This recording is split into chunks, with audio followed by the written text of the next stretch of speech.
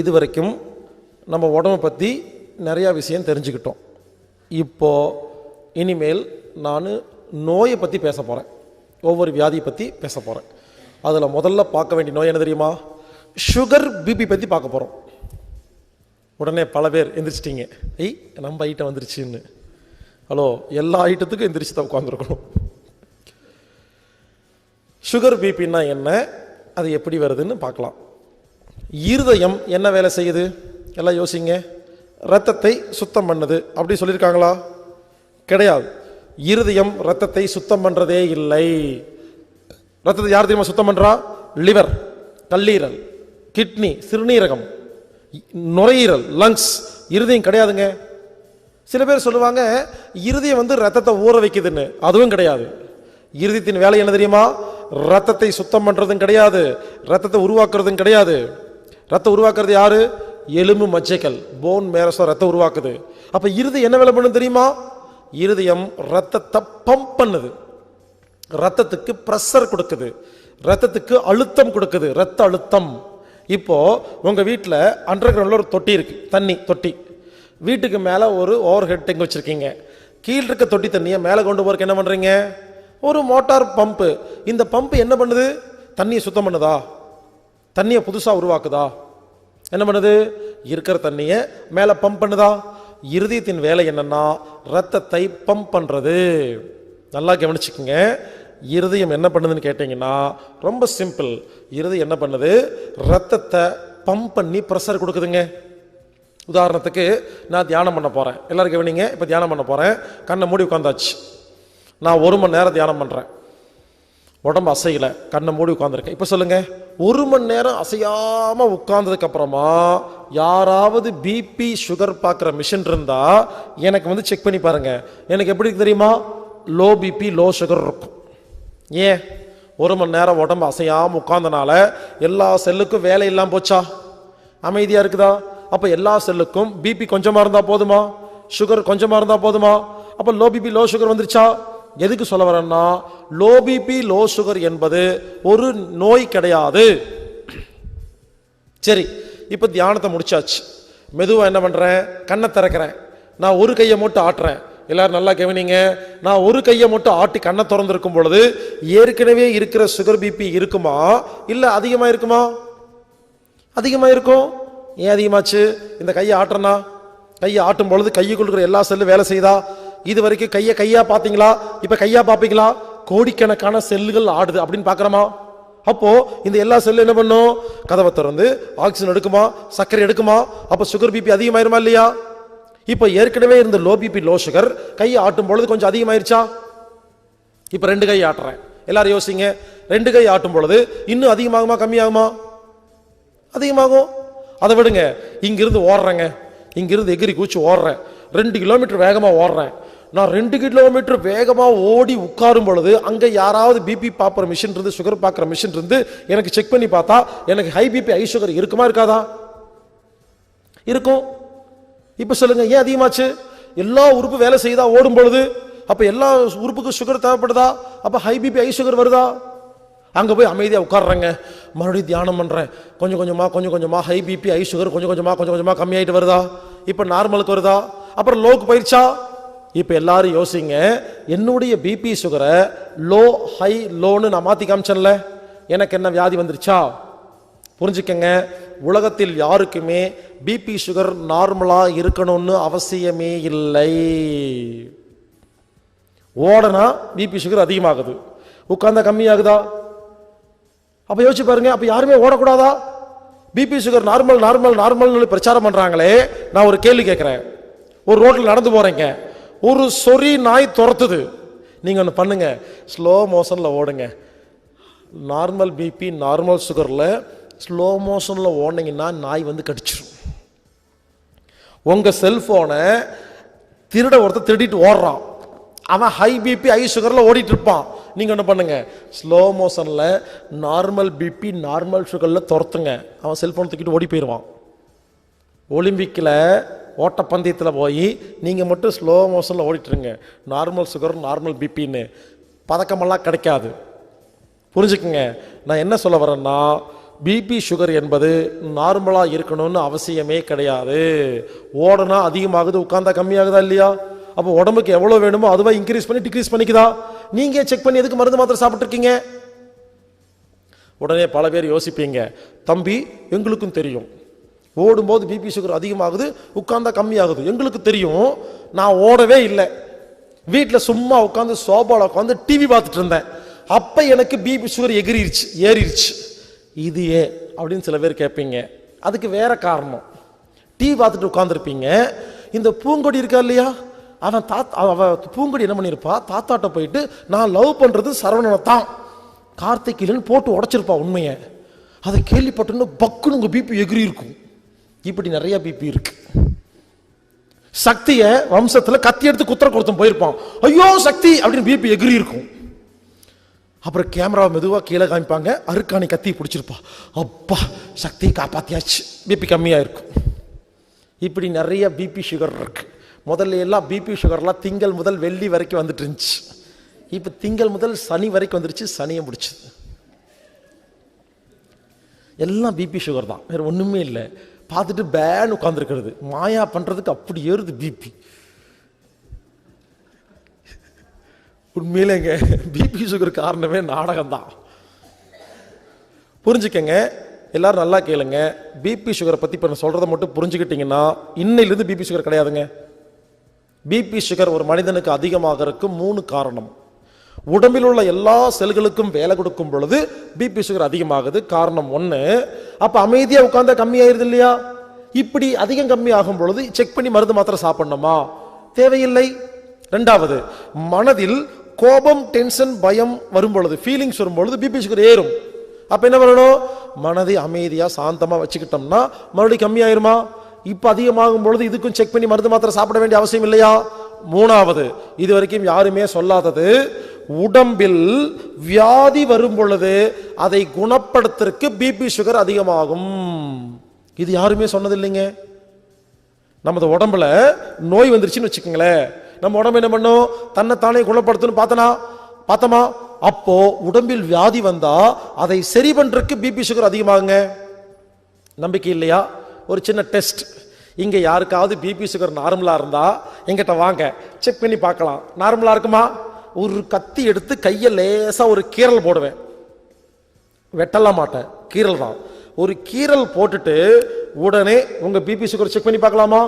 High BP high sugar போயிருக்கும். ஏன்? இப்ப இனிப்பு சாப்பிட்டீங்களா, உப்பு சாப்பிட்டீங்களா, ஏன் ஏறிச்சு? புரியல. கத்தி எடுத்து கையை அறுத்த உடனே இந்த கையில் இருக்கிற எல்லா செல்லும் சாகடிச்சிட்டோமா? உடம்பு சும்மா இருக்குமா? அந்த செல்களை புதுப்பிச்சு மறுபடியும் ஒட்ட வைக்கணுமா இல்லையா? ஒரு 3 மாசம் கழிச்சு ஒட்டி இருக்குதா இல்லையா? நம்ம ஒண்ணுமே பண்றது இல்ல, அதுவா ஒட்டுது இல்லையா? அப்புறம் உடம்புக்குள்ள தன்னைத்தானே குணப்படுத்துற நடக்குதா? புரிஞ்சுக்கங்க, உடம்பில் வியாதி வந்த உடனே உங்க பிபி சுகர் அதிகமாகுங்க. நான் சும்மா எல்லாம் சொல்ல, நான் லேப்ல உட்கார்ந்து டெஸ்ட் பண்ணி அறுத்து பார்த்து சொல்லிட்டு இருக்கிறேன். எல்லா டெஸ்ட்டும் முடிச்சுட்டேங்க, இல்லைன்னா இப்படி ஓப்பனா பப்ளிக்ல உட்காந்து பேச முடியாது. நல்லா புரிஞ்சுக்கங்க, ஒரு மனிதனுக்கு உடம்பில் வியாதி வரும் பொழுது அதை குணப்படுத்துறதுக்கு பிபி சுகர் அதிகமாகுது. அப்ப அப்படித்தான் தூக்கலா இருக்கும். சோ புரிஞ்சுக்கங்க, ஒரு மனிதனுக்கு பிபி சுகர் நார்மலா இருந்தாதான் ஆரோக்கியங்கிறது கிடையாது. தேவைப்பட்ட அதிகமாக இல்லைன்னா கம்மியாகும். அது உடம்பு பார்த்துக்கும், நீங்க டெஸ்ட் பண்ணி பார்க்க வேண்டிய அவசியமே கிடையாது. நல்லா புரிஞ்சுக்கங்க, என்ன தப்பு நடக்குதுன்னு கேட்டீங்கன்னா, ஒருத்தருக்கு 10,000 செல்லுக்கு நோய் வந்துருச்சு உடம்புல. பிபி சுகர் அதிகமாயிருமா? இவர் ஹாஸ்பிட்டல் போறாரு. டாக்டர் என்ன பண்றாரு? ஒரு டாக்டர் என்ன பண்றாரு, பிபி சுகர் டெஸ்ட் மட்டும்தான் பண்றாரே தவிர நோய் வந்து தான் பிபி சுகர் அதிகமாச்சுன்னு எந்த டாக்டருக்கு யாருமே சொல்லிக் கொடுக்கலையா, சிலபஸ்ல கத்துக்கிறது இல்லையா? அதனால என்ன ஆகுதுன்னு நல்லா கேட்டுக்குங்க, எல்லா டாக்டரும் உங்க பிபி சுகரை தான் டெஸ்ட் பண்ணி பாக்குறாங்களே தவிர உங்க முகத்தை கூட பாக்குறது இல்ல. நீங்க சொந்தக்காரங்களா தெரிஞ்சவங்களா அதை கூட பாக்குறது இல்லைங்க. ரிப்போர்ட்டை மட்டும்தான் பார்ப்பாங்க. அதுல நார்மலா இல்லைன்னா உங்களுக்கு ஒரு முத்திரை குத்திடுவாங்க. High sugar, low sugar, low BP, high சுகர்னு ஒரு பேர் வச்சு ஒரு முத்திரை குத்தி மாத்திரை கொடுக்குறாங்களா? இப்போ ஒவ்வொன்றா பார்க்கலாம். பிபிக்கு மாத்திரை சாப்பிட்டா என்ன ஆகும்னு இப்போ பார்க்கலாம். சுகருக்கு மாத்திரை என்ன எப்படி சாப்பிட்டா என்ன ஆகும்னு அப்புறம் பார்க்கலாம். சரிங்களா? பிபிக்கு மாத்திரை சாப்பிட்டா என்ன ஆகும் தெரியுமா? நல்லா கவனிங்க. உங்க உடம்புல 10,000 செல்லுக்கு நோய் வந்துருச்சு, பிபி அதிகமாயிருச்சு. எதுக்கு? அதை சரி பண்றதுக்கு தானே. இப்ப பிபிக்கு மாத்திரை சாப்பிடுறீங்க. இது என்ன பண்ணுது? பிபிக்கு யாராவது மாத்திரை சாப்பிட்டீங்கன்னா அந்த மாத்திரை 10,000 செல்லுக்கு நோயெல்லாம் குணப்படுத்துறது இல்லைங்க. பிபி மாத்திரை நேரா போய் என்ன பண்ண தெரியுமா? இருதயம் இருக்குல்ல, அது அதிகமா துடிச்சிட்டு இருக்கு இல்லையா, அதுகிட்ட போய் மிரட்டும். பிபி மாத்திரைங்கிறது ரவுடி பையன். ஏய் மவனே, இன்னொரு முறை அதிகமா துடிச்சா குத்திவன் மிரட்டி இருதயத்தை ஒரே மாதிரி துடிக்க வைக்கிறதுக்கு தான் பிபி மாத்திரை பயன்படுத்தே தவிர பிபி மாத்திரை உடம்பில் உள்ள நோய்களை குணப்படுத்துறதே கிடையாது. இப்ப சொல்லுங்க, 3 மாசம் யாரெல்லாம் பிபிக்கு மாத்திரை சாப்பிடுறீங்களோ 3 மாசம் இருதயத்தை ஒரே மாதிரி துடிக்க வச்சிட்டீங்களா? அப்ப என்ன ஆகும்? 10,000 செல்லுக்கு நோய் குணமாகாதா? புதுசா நோய் வருமா டெய்லி 3 மாசத்துல? அதெல்லாம் குணமாகாதா? நல்லா கேளுங்க. 3 மாசம் யாரெல்லாம் பிபிக்கு மாத்திரை சாப்பிட்டு ஒரு நாள் நிறுத்தி பாருங்க, என்ன ஆகுது? குப்புன்னு பிபி ஏறுதா, சுகர் ஏறுதா? நீங்க என்ன பண்ணுவீங்க? 3 மாசம் பிபிக்கு மாத்திரை சாப்பிட்ற வரைக்கும் ஒழுங்கா இருந்துச்சு தெரியுமா, சூப்பர் வைத்தியம், இன்னைக்கு பாரு விட்ட உடனே குப்புன்னு ஏறிச்சுன்னு சொல்லி பயந்து போய் பரிசல் வச்சு ஒழுங்கா சாப்பிடுவீங்களா? நல்லா யோசிச்சு பாருங்க. 3 மாசம் சாப்பிட்ட பிபி மாத்திரையை ஒரு நாள் நிறுத்தினா ஏன் குப்புன்னு பிபி தூக்க தெரியுமா? ஒரு நாள் மாத்திரை நிறுத்தின உடனே இந்த இருதயம் என்ன பண்ணுது? அப்பாடா, கட்ட அவுத்து விட்டீங்களா இருதயம்? அப்பாடா, 3 மாசம் எவனோ ஒருத்தன் என்ன மாத்திரை சாப்பிட்டு கண்ட்ரோல் பண்ணி வச்சிருந்தான், இன்னைக்கு தான் அவுத்துட்டு இருக்கான் அப்படின்னு இருதயம் என்ன பண்ணும்? கண்ணு முடிச்சு பார்க்குமா? 3 மாசம் முன்னால 10,000 செல்லுக்கு வியாதி, இப்போ 10 லட்சம் செல்லுக்கு வியாதியா? இந்த இருதயம் என்ன தெரியும் பண்ணும்? 10 லட்சம் செல்லுக்கும் குணப்படுத்துறதுக்காக ஹை பிபி கொடுக்குது. அப்ப நமக்கு தலை சுத்துது. நாம நினைச்சுக்கிறோம் பிபிக்கு மாத்திரை சாப்பிடாம இருந்தனால தலை சுத்திருச்சு அப்படின்னு பயந்துட்டு ஒழுங்கா சாப்பிடுறோமா? இப்ப சொல்லுங்க, பிபிக்கு மாத்திரை நிறுத்தி யாருக்கெல்லாம் மயக்கம் போட்டு விழுகிறீங்களோ உங்க வியாதி அதிகமாயிருச்சு, கம்மியாகல. புரிஞ்சுக்கங்க, யாரெல்லாம் பிபிக்கு மாத்திரை சாப்பிட்டு இருதயத்தை கண்ட்ரோல் பண்ணி வச்சிருக்கிறீங்களோ உங்க உடம்புக்கு நீங்க துரோகம் செய்றீங்க. பிபிக்கு மருந்து மாத்திரை சாப்பிடுற ஒவ்வொரு நாளும் உங்க உடம்பில் எந்த ஒரு வியாதியும் குணமாக மாட்டேங்குது. இங்க பாருங்க, பிபி சுகர் நார்மல் சொல்றாங்க இல்லைங்களா, கிளைமேக்ஸுங்க, அது எப்படி முதல்ல கண்டுபிடிச்சாங்கன்னு சொல்றாங்க. இதை மட்டும் நல்லா கேட்டுக்குங்க. கொஞ்சம் வருஷத்துக்கு முன்னால டாக்டர்கள்லாம் அறுத்து ஆப்ரேஷன் பண்ணாங்க. சரிங்களா? ஒருத்தர் படுக்க வச்சு அறுத்தாங்களாமா, அறுத்துன்னு செத்து போயிட்டாராமா. நான் சொல்றது ரொம்ப வருஷத்துக்கு முன்னால. அப்பெல்லாம் மருத்துவத்துக்காக எத்தனை பேர் செத்துருக்குறாங்க, அதெல்லாம் கணக்கிலே கிடையாது. அறுத்துன்னு உயிர் போயிருச்சாமா. யோசிச்சு பார்த்தாங்களாமா, அறுத்தா ஏன் உயிர் போகுதுன்னு. புரிஞ்சுங்களா? ஏன் உயிர் போகுது? இந்த புத்தி இருக்கு இல்லையா, என்ன அறுத்துட்டாங்கன்னு புத்தியில தெரிஞ்ச உடனே புத்தி மனதை குழப்பி மனது உயிர் போக வச்சிருதுங்க. அப்புறம் தான் கண்டுபிடிச்சாங்களாமா, புத்தி இருந்தாதான் உயிர் போகுதுன்னு கண்டுபிடிச்சு புத்தியையும் மனதையும் ஆஃப் பண்றதுக்காக அனஸ்தீசியா அப்படிங்கிற தூக்க மருந்தை கண்டுபிடிச்சாங்க, மயக்க மருந்து. நான் கேட்கிறேன், மயக்க ஊசி போட்டுட்டு அறுத்தா உயிர் போறதில்ல, மயக்க ஊசி போடாம அறுத்தா ஏன் உயிர் போகுது? எல்லாம் யோசிச்சு பாருங்க. நமக்கு தெரிஞ்ச செத்து போயிடுவோம், தெரியாட்டி அறுத்தாலும் ஒண்ணும் பண்றது இல்லை. இது ஒரு மிகப்பெரிய உதாரணங்க. நமது புத்திக்கு தெரியலன்னா அறுத்தாலும் உயிர் போகலையா? மறுபடியும் ஒட்ட வச்சு ஆபரேஷன் எழுப்பிடுறாங்களா? புரிஞ்சுக்குங்க, புத்தியில தான் எல்லாமே இருக்குது. அப்புறம் மயக்க மருந்து கண்டுபிடிச்சு புத்தி மனசை ஆஃப் பண்ணிட்டு அறுத்தாங்களாமா. அறுத்தவன உயிர் போகலையாமா. கொஞ்ச நேரம் கழிச்சு பிரெயின் டியூமர் வந்துச்சாமா, பக்கவாதம் வந்துச்சு, ஹார்ட் அட்டாக் வந்து இறந்துட்டாங்களாமா. அப்புறம் தான் யோசிச்சாங்களாமா, அதான் புத்தியை ஆஃப் பண்ணிட்டோமே, அப்புறையே உயிர் போகுதுன்னு ஆராய்ச்சி பண்ணி பார்த்தா அதுக்கப்புறம் தான் கண்டுபிடிச்சாங்களாமா. கத்தி வச்சு அறுக்கிறாங்க இல்லையா, நாம மயக்கம் போட்டு கிடக்கிறோம், ஆனா உடம்புக்குள்ள அறிவு இருக்குன்னு சொன்னா அந்த அறிவு என்ன பண்ணுதாமா, கத்தி வச்சு அறுத்துட்டாங்களா, அங்க இருக்கிற செல்களை எல்லாம் புதுசா மாத்துறதுக்காக வேலை ஏற்பாடு பண்ணுதாமா, ஆரம்பிச்சிருதாமா. இந்த உடம்புக்கு தெரியுமா யாரு, ஓ நம்ம குடும்ப டாக்டர் தான் ஆபரேஷன் பண்றாதா, அப்புறமா ஒட்ட வச்சிருவான்னு சும்மாவா இருக்கும். நம்ம உடம்புல இருக்கிற இம்யூன் பவர் இருக்கு இல்லையா, அது என்ன பண்ணுதாமா, அறுத்த உடனே ஒட்ட வைக்கிற வேலையை ஆரம்பிக்குதாமா. அப்போ எல்லா செல்லும் ஒட்ட வைக்கிறதுக்கு நிறைய பிபி வேணுமா, நிறைய ஆக்சிஜன் வேணுமா, நிறைய குளுக்கோஸ் வேணுமா, என்ன பண்ணுதாமா, கண்ணா அப்படின்னு சப்ளை பண்ணும் பொழுது ரத்த நாளங்கள் வெடிச்சு பிரெயின் டியூமர் வருதாமா, ஹார்ட் அட்டாக் வருதாமா, உயிர் போயிருதாமா. அப்புறம் தான் கண்டுபிடிச்சாங்க புத்தி மனசும் ஆஃப் பண்ணா பத்தாது, நமது உடம்பில் இருக்கும் இம்யூன் பவர் அப்படிங்கிற பவரையும் சுகர் பிபியும் ஒரு நார்மலா வச்சிருந்தா தான் உயிர் போகாதுன்னு கண்டுபிடிச்சு அதுக்கு ஒரு அளவு கண்டுபிடிச்சாங்க. அந்த அளவுக்கு பேர் தான் பிபி சுகர் நார்மல். அந்த காலத்துல ஆபரேஷனுக்கு முன்னால 10 நாளும் ஆபரேஷன் பண்ற அன்னைக்கும் ஆபரேஷன் முடிச்சு 10 நாளும் பிபி சுகருக்கு மாத்திரை தருவாங்க. சரிங்களா, நல்லா கேட்டுக்குங்க. இப்படி அந்த முன்னால 10 நாள் பின்னால 10 நாள் மாத்திரை கொடுத்து பிபி சுகரை ஒரே மாதிரி கண்ட்ரோல் பண்ணி வச்சிருந்தாதான் ஆபரேஷன் சக்சஸ் பண்ண முடியும். இதுக்காக தான் சுகர் பிபி நார்மல்னு ஒரு அளவை கண்டுபிடிச்சாங்க. புரிஞ்சுங்களா? அப்புறம் என்னாச்சு, இந்த அளவுக்கு மருந்து கண்டுபிடிச்சாங்க, அதை கொடுத்தாங்க. சரிங்களா, அப்புறம் மருந்து மாத்திரை கம்பெனி என்ன பண்ணுச்சு, ரூம் போட்டு யோசிச்சாங்க, ஆபரேஷன் பண்ணும்போது மட்டும் கொடுக்கறதுனால கொஞ்சமாக தான் வியாபாரம் நடக்குது, ஒன்று பண்ணலாம், பொதுமக்கள் என்ன சொன்னாலும் நம்புவாங்கன்னு சொல்லி பிபி சுகர் நார்மலாக இருக்கணும் இல்லைன்னு ஆபத்துன்னு ஒரு பொய் பிரச்சாரத்தை ஆரம்பிச்சு இந்த WHO FDA இவனுங்கெல்லாம் ஒன்று சேர்ந்து பொய் பிரச்சாரத்தை ஏற்படுத்தி பண்ணி இன்டர்நேஷனல் லெவலில் டிவி பேப்பர்ல எல்லாம் சயின்ஸுங்கிற பேரில் பிபி சுகர் நார்மலாக இருந்தாதான் ஆரோக்கியம், இல்லைன்னா உயிர் போயிரு நம்மளை பயமுறுத்தி மருந்து மாத்திரை கம்பெனிகளால் கண்டுபிடிக்கப்பட்ட போலி நோய்களுக்கு பேர் தான் பிபி சுகர். என்ன பொறுத்த வரைக்கும் அப்படி 2 நோய் உலகத்துல கிடையவே கிடையாது.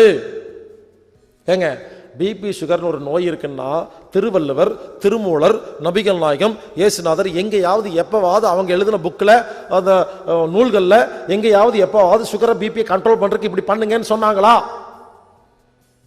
யோசிச்சு பாருங்க. அப்படி ஒரு வியாதியே இல்லைங்க. தயவுசெய்து புரிஞ்சுக்குங்க, பிபி சுகரை முதல்ல டெஸ்ட் பண்ணியே பார்க்க கூடாது. அந்த டெஸ்ட் பண்ணி பார்த்து ரெக்கார்ட் இருக்கு இல்லையா, ஐயோ அந்த நினைப்புதான் வியாதி. அது ஒழுங்கா தான் இருக்கு, நம்மளா செக் பண்ணி பயந்து போய் சுத்திட்டு இருக்கிறோம். புரிஞ்சுக்குங்க, யாரெல்லாம் பிபிக்கு மாத்திரை சாப்பிட்றீங்களோ நல்லா கேட்டுக்குங்க, பிபிக்கு மருந்து மாத்திரை சாப்பிட்ற ஒவ்வொரு செகண்டும் நமது உடம்பில் நோய்கள் குணமாவது கிடையாது, நிறுத்தி வைக்கப்படுது.